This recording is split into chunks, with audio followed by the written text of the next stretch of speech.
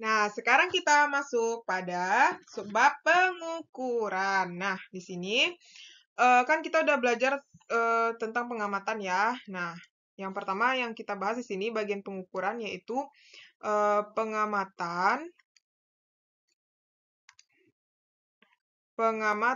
selama eksperimen. Nah, di sini pengamatan yang dilakukan selama percobaan dapat dilakukan secara kualitatif, yaitu deskripsi dengan menggunakan kata-kata saja. Nah, ingat ya, kualitatif itu dengan kata-kata saja. Contohnya, ketika kamu memanaskan air, maka kamu dapat melihat ada gelembung udara saat air mendidih dan asap tipis di bagian atas air. Nah, itu namanya adalah pengamatan kualitatif. Nah, contohnya ini kan, melihat warna bunga, air mendidih, kemudian rasa gula manis atau rasa asam gitu. Kemudian, pengamatan juga dapat dilakukan secara kuantitatif. Nah, kuantitatif itu dinyatakan dalam angka-angka ya. Nah, contohnya, sebelum kamu memasukkan air yang dipanaskan ke dalam panci, kamu mengukur volume air dengan menggunakan gelas ukur, yaitu sebanyak 200 mili gitu kan. Atau bisa menggunakan neraca gitu kan, mengukur panjang meja, dan menggunakan gelas ukur. Nah, jadi yang menggunakan angka itu namanya kuantitatif. Nah, yang kedua itu kita bahas besaran. Nah, yang pertama kita bahas besaran pokok.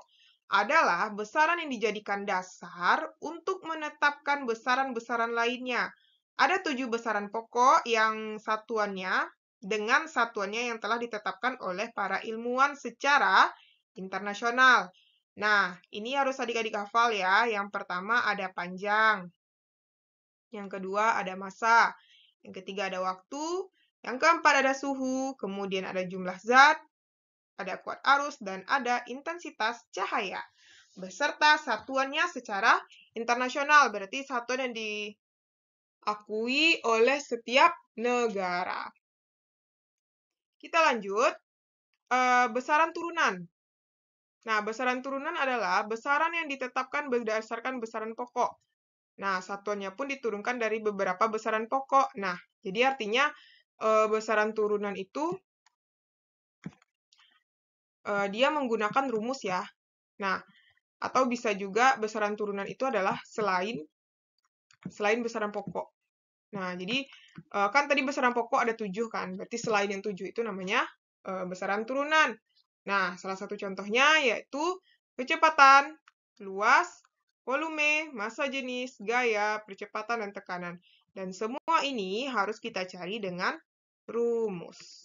Oke? Nah, yang ketiga kita membahas satuan. Nah, satuan itu yang akan kita bahas yang pertama adalah satuan baku, di mana satuan itu adalah yang ditetapkan secara internasional. Sedangkan satuan tidak baku, berarti kalau ada baku berarti ada yang tidak baku ya. Satuan yang tidak ditetapkan sebagai satuan pengukuran ilmiah. Nah, jadi ini adalah contoh dari satuan baku. Oke. Nah, kalau satuan tidak baku, kita buat di sini aja ya. Satuan tidak baku itu contohnya adalah misalnya apa ya ukurannya jengkal gitu ya. Nah, jengkal. Terus cantik. Nah, cantik itu kan nggak ada ukurannya ya. Atau ganteng. Atau besar. Itu kan kecil. Nah, itu nggak bisa maksudnya tuh belum besar menurut orang kan belum tentu besar menurut kita gitu. Nah, atau kecil menurut kita belum tentu juga kecil menurut orang gitu. Jadi itu namanya satuan yang tidak baku, oke? Nah, kita akan melanjutkan aktivitas 1.2 ya, konversikan satuan-satuan di bawah ini ke dalam satuan internasional. Nah, nomor 1. Setiap pagi, Tasya menempuh jarak 2,5 km, berarti 2,4 km ke meter, itu satuan internasionalnya meter ya, berarti kita kali 1000, ya kan? Berarti ini adalah 2.400 meter.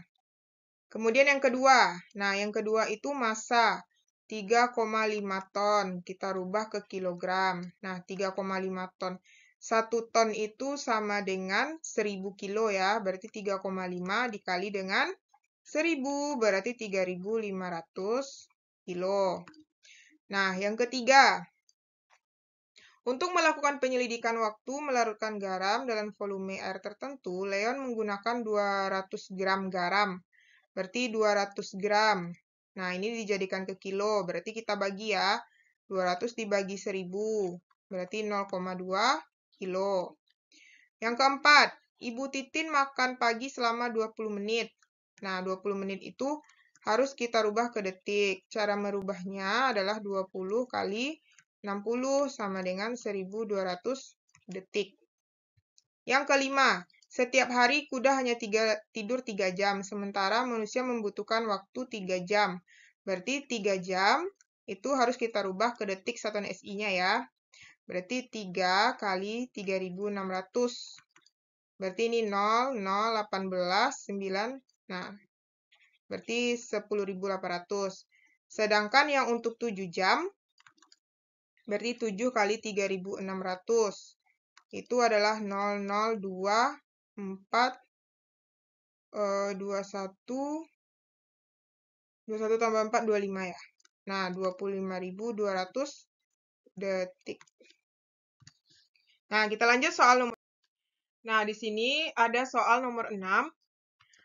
Pada halaman sebelum ini, nah sebelum ini yang mana ya? Kita anggap aja lah ya.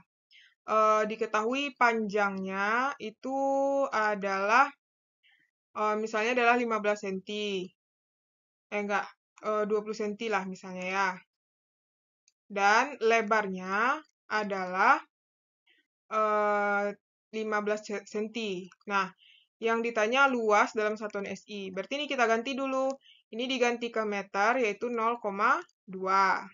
Jadi, kita bagi ya. 20 dibagi 100, yaitu 0,2 meter. Sedangkan yang ini, 15 dibagi 100, 0,15 meter. Baru nanti kita cari luasnya, yaitu panjang kali lebar adalah 0,2 dikali 0,15. Itu adalah 0,03 ya. Nah, jadi dalam satuan SI-nya adalah meter pangkat 2.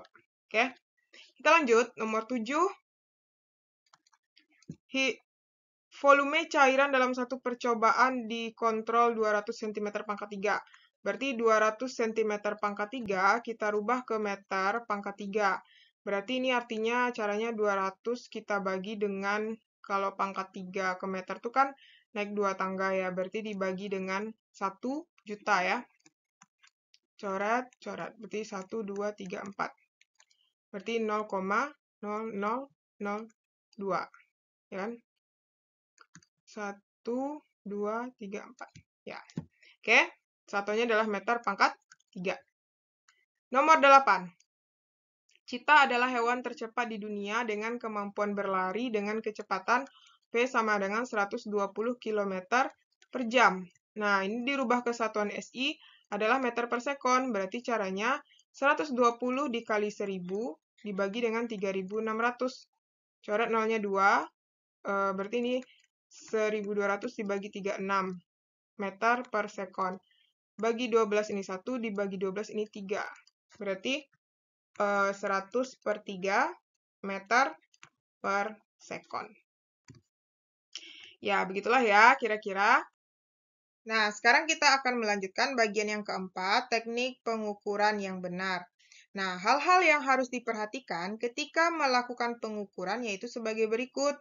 Yang pertama, selalu perhatikan bahwa alat ukur yang digunakan selalu berada pada angka 0. Ya. Yang kedua, pastikan alat ukur digunakan sudah mengukur secara tepat. Kemudian yang ketiga, selalu catat pengukuran disertai satuannya.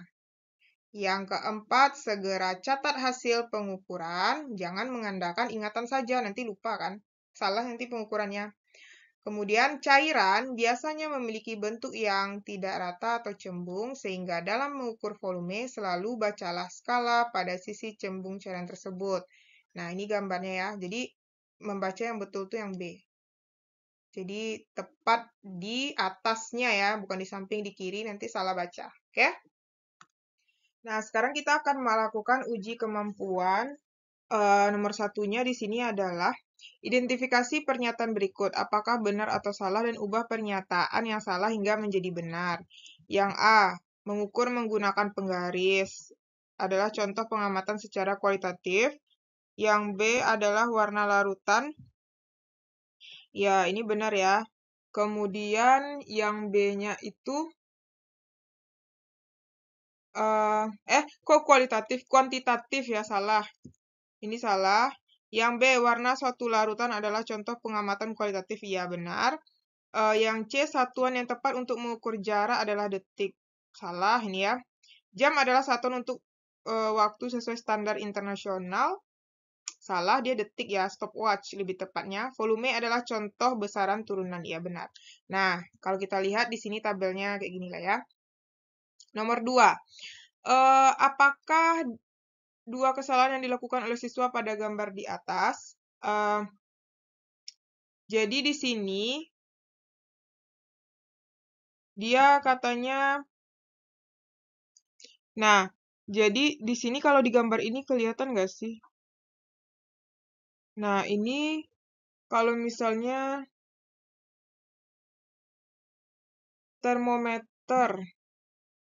Nah, jadi dia menggunakan ini, dia termometer ini ya, termometer. Nah, salahnya tuh dia di luar, seharusnya masuk ke dalam sini kan. Jadi nomor 2 tuh kesalahan yang pertama adalah termometer tidak masuk cairan, tidak masuk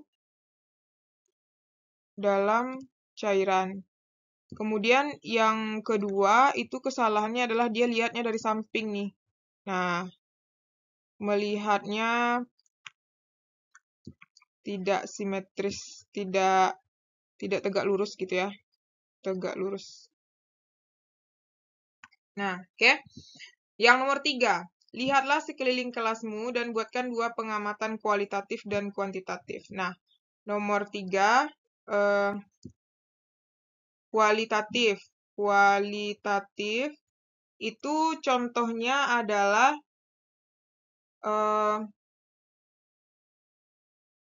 kalau yang kualitatif itu contohnya apa ya? Ya, misalnya siswa menggunakan baju putih.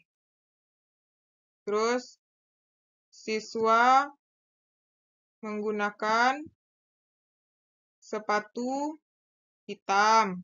Itu kualitatif ya. Nah, sedangkan yang di sini aja kita buat ya, yang kuantitatif. Yang kuantitatif itu contohnya apa? 12 orang anak laki-laki. 3 buah kursi. Nah, kayak gitu ya. Oke? Nah, yang keempat, sebutkan nama alat ukur di bawah ini lalu nyatakan hasil pengukuran dilengkapi dengan satuannya. Nah, ini ya. Jadi yang pertama itu adalah termometer ya. Nah, dalam bentuk derajat Celcius, kalau ini timbangan dalam bentuk gram, sedangkan ini adalah gelas ukur dalam bentuk mili. Nah, yang kelima. Ini yang keempat. Yang kelima, ketika kamu menyentuh air hangat, maka kamu dapat mengetahui bahwa suhunya lebih tinggi dari air di bak kamar mandimu. Kamu juga dapat merasakan dinginnya es batu ketika kamu memegangnya. Tetapi mengapa tangan tidak dapat dijadikan satuan baku? Karena tidak memiliki